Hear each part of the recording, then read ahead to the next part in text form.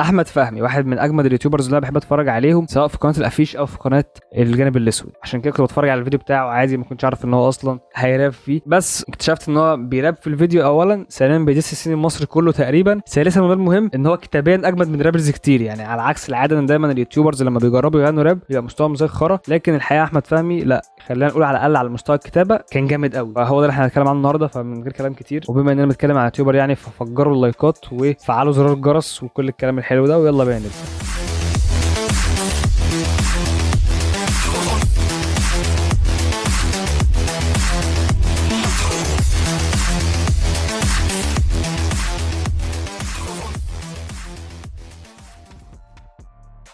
طيب، احمد فهمي من اليوتيوبرز اللي عندهم اكتر من شخصيه. عنده شخصيه على قناته الاساسيه او قناه الافيش يعني، وعنده شخصيه الجانب الاسود. انت لو ما تعرفش احمد فهمي قوي صعب تفرق بين الشخصيتين، بس اللي يهمنا ان هو في الفيديو ده كان شخصيه ثالثه اصلا، بس في الفيرس نفسه او وهو بيراب كان يعني تحسه مايل اكتر للشخصيه بتاعت الجانب الاسود. وهو قبل ما نبدا كلام عن تراك احمد فهمي، فاهم، حابب اعرفكم ان احنا عملنا جروب جديد على الفيسبوك، هتلاقي اللينك تحت في الديسكربشن، انضم، هات حبايبك وكل الكلام ده. بالنسبه بقى لفيديو احمد فهمي، فهو كان نصه تقريبا هو بس بيتريق على لقاءات الرابرز، ان هم بيطلعوا في لقاءات يقولوا نفس الكلام كلهم، فنص الفيديو تقريبا كان بيتريق على الحته دي. بعدها بدا بقى ان هو فري ستايل، والحقيقه انا يعني انبهرت.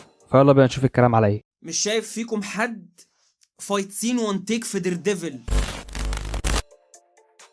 هنا وورد بلاي اي نعم مستهلكه، بس يعني ماشي. بيتكلم ان هو مش شايف فيكم حد اللي هو مش هيقدر حد، وفي نفس الوقت مش شايف حد اللي هو مش شايف حد حرفيا زي دير ديفل، لا شخصيه من شخصيات مارفل وهو عمى فما بيشوفش بجد. الكعب عالي عليكم فمعلي البار، انا الوحش في الليفل، همجي مش سيفل، من كلامي تتهبل ومن الفلو تتخبل ومنكم بتتقفل.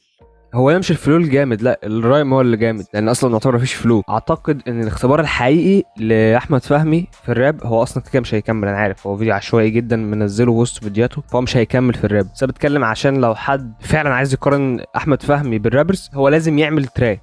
في رابرز كتير على فكره جامدين في الفري ستايل، ورابرز اصلا بس جامدين في الفري ستايل ومش جامدين في التراكات. فطبعا الفيديو ده مش مقياس، لكن هو اثبت لنا ان هو كتابيا جامد. بس زي ما قلت، الاختبار الحقيقي هيبقى ان هو يعمل تراك عشان نشوف فلوهاته ونشوف هل فعلا هيقدر يركب البيت ولا لا.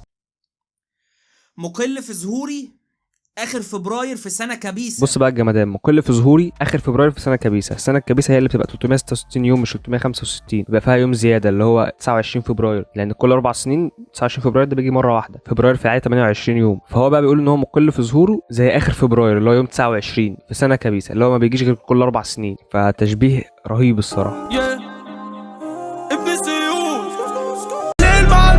الصبح في الاستوديو علم في الموسيقى، مش من السيوف شماعه ولا عتبت الورديان نعيمه راضي وبالتراضي، الزيتون اراضي، السبت فواكه على اي حد، عايشين معادي حلوان والنو ولا من الزيتون بدريدز من غير يا اسطى برو يا مان، ولا في مافيا في المعادي، بالعكس كلها سكان، انا من العجمي 21 جهه السلكان.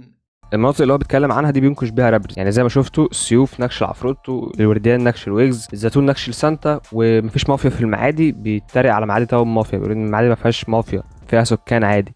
21 ولساني 60 ولساني سكين ولساني لو في ال21 انت لسانك مش سكين، لكن سنك 60، يعني طلعت على المعاش روح النقابه ضروري. طيب كان لسه بيتكلم عن المناطق، فبيقول ان هو من ال21 في العجمي كيلو 21، وبيعمل وورد بلاي في كلمه 21 او بيربطها يعني بتراك 21 بتاع ويجز، وهو بيتريق على حوار النقابه. ده السن القانوني فمش هتسعنا دي حطين، انا مش زيك عايز بفة علشان اطيح بالبابا. بص بقى الورد بلاي دي، حطين هي المعركه اللي انتصر فيها المسلمين بقياده صلاح الدين على الصليبيين. فهنا هو بيعمل وورد بلاي في كلمه البابا اللي هو البابا بتاع المسيحيين او بابا الكنيسه وقتها ايام الحملات الصليبيه والكلام ده، في نفس الوقت البابا اللي هو فاهم الكبير بتاع المجال. ما تقوليش بافا، طب بافا يا اسطى ما تقوليش يا اسطى، طب يا اسطى، يا اسطى ما تقوليش اصلا، طب بافا يا اسطى اصلا. البفة يا اسطى بفة اصلا مفقود الامل دم وتك وشخاليل وصاجات، يعني مهرجان يا خليش حد يحط لك كوز لانشون في بدم تك شخل الوصاجات، اللانشون بيغذيها. مش سايب حد، ما سابش رابر ولا هيسيب حتى الفيديوهات اللي هي كانت ترند في وقت ما، ماسك الراب سين كله بيدس فيه، حتى بتستوتا فيديو كوز اللانشون والدم والتك والشخاليل. زي المكان من المرغني، عظمه تخرج من فمي، على العصر غيب تعيش انت القلب ميت بيب عذرا. كان عطلت في المرغني والامل ضئيل، باجي اسحب انت تسمع بيب بيب عزرائيل. باجي اسحب هنا وورد بلاي في كلمه اسحب، يسحب اللي هو يسحب روحه وفي نفس الوقت يجي يسحبه لان المكنه عطلت، فاهم؟ ربط الشعر انا احمد يوسف، فكك الشعر انا احمد. فاكك الشعر او ربطه كده كده مش طويل. شعش عدري بن عدري بعدري شعش عدري بن دون نمت بزعزع رخم الاعلى بلعنا المعنى ابتدي بالفلو فهمت. التيتا في الننه والننه في التيتا مش عاجباك، لكن شعشع دربندع سكيمه جديده صح؟ انا عملتها قبل زلك بلا كد كلا كد ثانوس عمل، انا عملتها اجمد. مصاص دماء عيني على الرقبه، قالت لي انت منين قلت لها من المستقبل. في اللي عملها اجمد وفي اللي عملها قبله. انا زي التوم يا صاحبي محتاج تبعد عن مشاكله. بص بقى التشبيه ده هو تشبيه غريب بس هو يعني جامد قوي، لان في معنيين برضه. بيقول ان هو زي التوم لازم تبعد عن مشاكله، لان التوم بيعمل مشاكل صحيه او مشاكل في البطن يعني تحديدا، او بيعمل ريحه وحشه، فدي حاجه. الحاجه الثانيه اللي هو برضه يقصدها ان ابو يوسف كان بيقول ان هو مصاص دماء، فهنا هو بيقول له انا زي التوم عشان انت مصاص دماء، ومصاصين دماء بيخافوا من التوم او التوم بيأذيهم يعني.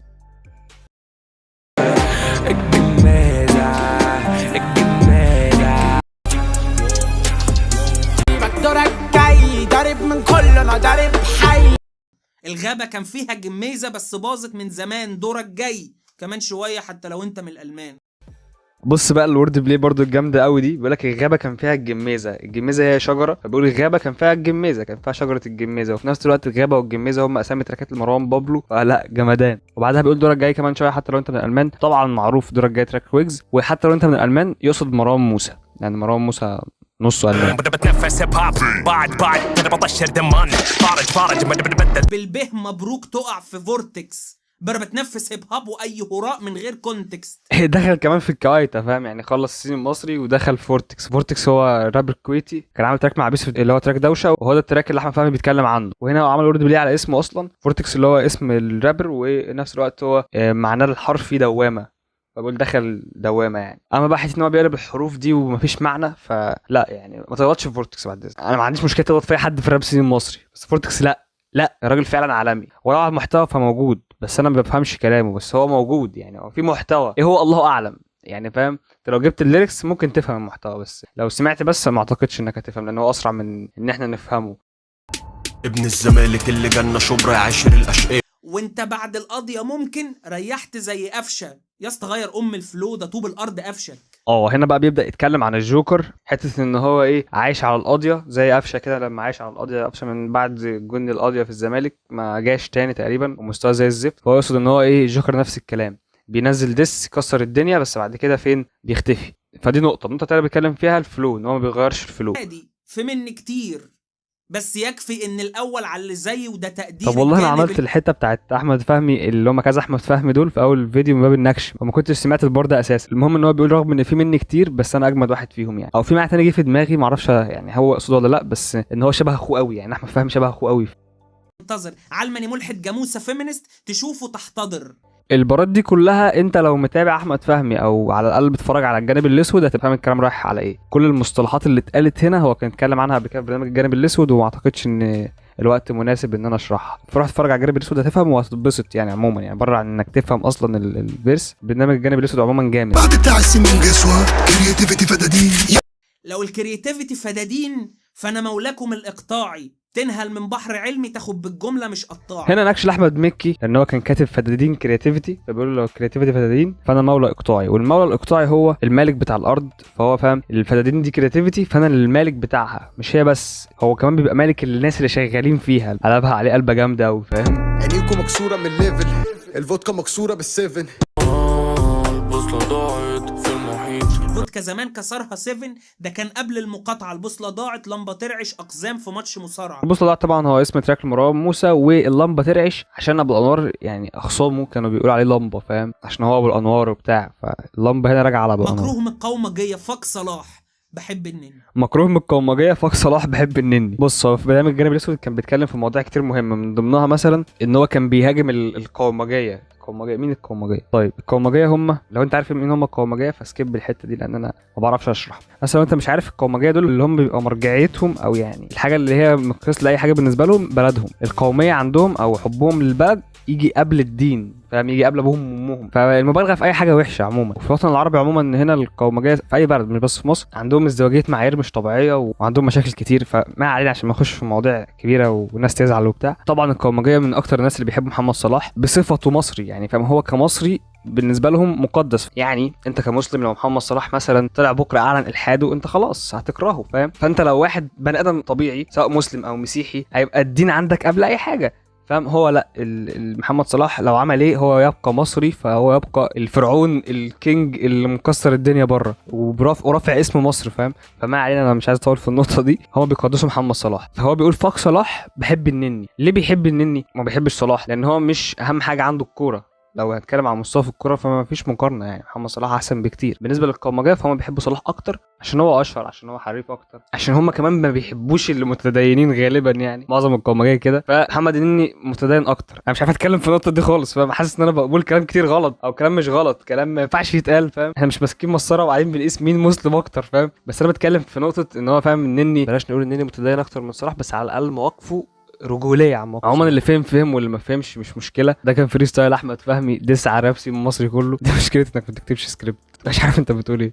الفيرس بقى له 3 ايام نازل تقريبا، بس انا سمعته امبارح وبجد انا ما كنتش عارف القناه دي اصلا، ما كنتش عارف قناه الفهمي للصوتيات ولا مش عارف ايه دي. بس انا كنت بستنى بس فيديوهات الافيش وما بتفرجش عليها الصراحه عشان طويله قوي وبيك فن الجانب الاسود، فاهم. بس القناه دي واضح كده ان انا اكتشفت كنز. ده اول فيديو اشوفه على القناه دي. فبس يعني ده كان فيديو النهارده. اتمنى يكون الفيديو عجبك، لايكك سبسكرايبك وكل الكلام ده، وما تنساش تنضم لجروب الفيسبوك يعني لو انت مهتم.